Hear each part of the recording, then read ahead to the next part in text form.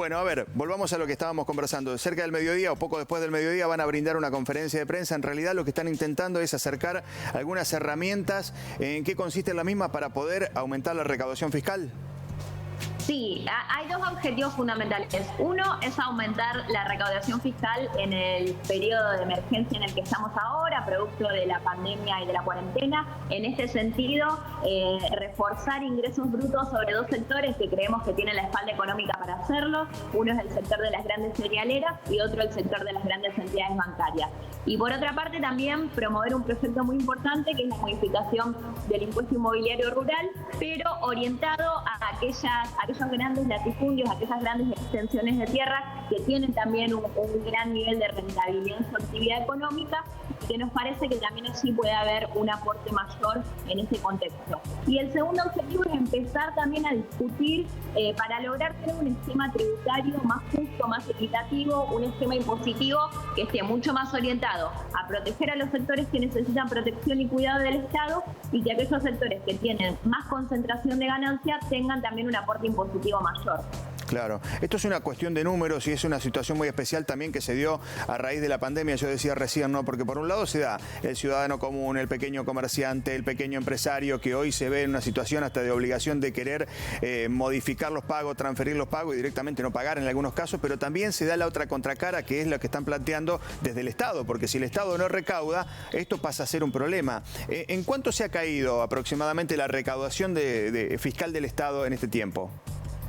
Bueno, lo que nos dice el Ministerio de Economía es que ha disminuido en torno a un 40% y eso, digamos, tuvo que ver con la primer parte de la cuarentena, lo cual nosotros entendemos que producto de la acumulación de meses de parate económico, esta situación se va a ir profundizando.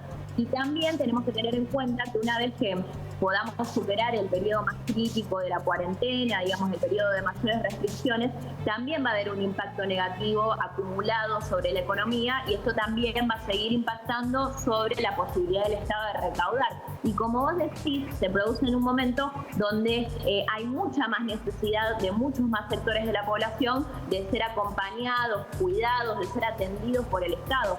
Esto quedó muy claro, por ejemplo, con lo que fue el ingreso familiar de emergencia, donde más de 7 millones de hogares se presentaron para cobrarlo en Argentina, lo que tiene que ver también con el alto grado de informalidad de nuestra economía, todo el respaldo que necesitan las pymes y después aquellos que también necesitan una asistencia, por ejemplo, para garantizar la alimentación.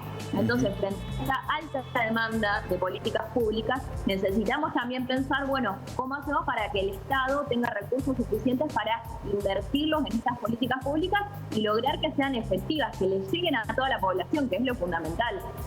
Y en el análisis previo, digo, para hacer la presentación de estas herramientas que estás mencionando, se ha hecho una especie, no sé si denominarlo censo, monitoreo en la provincia, digo, para saber qué cantidad justamente abarca este sector que debería pagar estos tributos, y esto le permitiría así a la provincia tener una mejor recaudación en forma cuantitativa, en forma importante.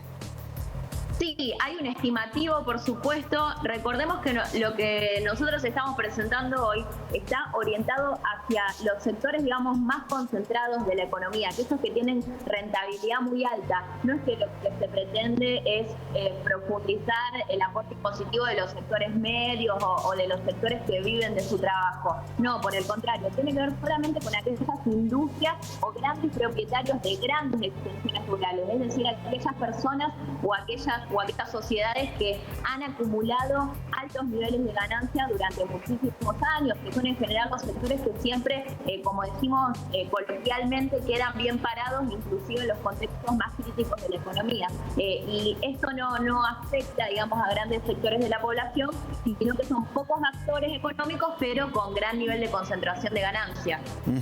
Bien, te quiero sacar un poquito de este tema, quiero hablar de otro porque sé que hace años que venís luchando por una situación muy particular que tiene que ver con el género, con la paridad. Bueno, el otro día, vos sé que la semana pasada hablábamos de esta ley de paridad que hace 2 años que está a las vueltas, ¿no? Aquí en Santa Fe, Senado, diputado, por ahí veíamos algunos números, no sé, uno ve que, por ejemplo, el Senado está compuesto por 18 hombres y una mujer en este momento, y uno dice, bueno, ¿dónde está la paridad? Pero ni siquiera podemos hablar del cupo femenino, o sea, ni siquiera te estoy hablando de paridad de 50 y 50, ni siquiera de cupo femenino. ¿Vos creés que hemos avanzado realmente estos últimos tiempos o estamos estancados? No, yo creo que sí está avanzado. El Senado tiene una situación particular propio de cómo es el método, digamos, de elección de los senadores y que se elige un solo senador o senadora por departamento. Y bueno, eso lamentablemente hace que tengamos una baja presencia de mujeres en el Senado.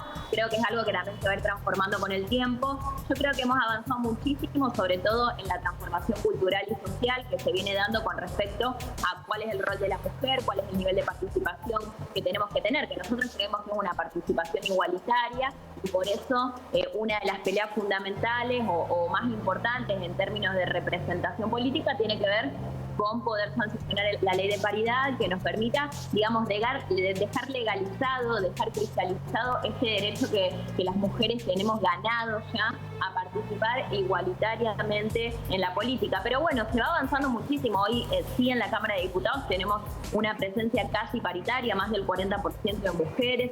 En Diputados de la Nación y en el Senado de la Nación ya existe esta ley de paridad. Bueno, Santa Fe tenemos esta deuda pendiente, pero estamos trabajando entre todos los sectores políticos para poder saldarla. Bien. Lucila, te agradezco mucho este contacto con Buen Santa Fe. Fuiste muy amable. No, muchas gracias a vos, Gustavo. Te dejo un saludo.